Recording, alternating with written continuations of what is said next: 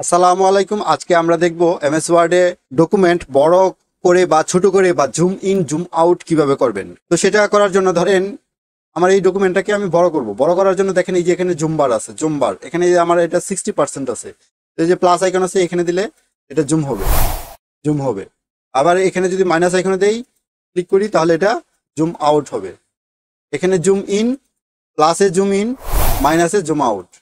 আবার কিবোর্ড থেকে যদি করি কন্ট্রোল প্লাস জুম ইন হচ্ছে, আবার যদি কন্ট্রোল মাইনাস দেই তাহলে জুম আউট হচ্ছে।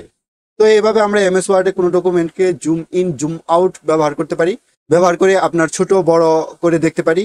তো এতক্ষণ যারা ধৈর্য সহকারে আমার ভিডিও দেখলেন তাদের সবাইকে অসংখ্য ধন্যবাদ এবং পরবর্তী ভিডিও দেখার আমন্ত্রণ জানিয়ে আজকের মতো এখানে শেষ করছি। আল্লাহ হাফেজ।